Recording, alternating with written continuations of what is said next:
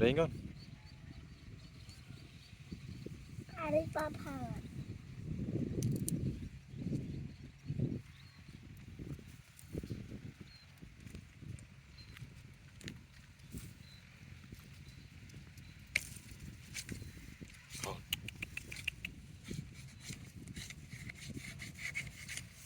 ở cậu ê công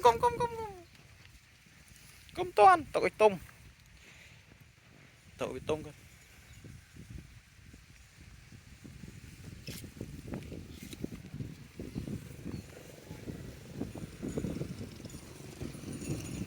dạ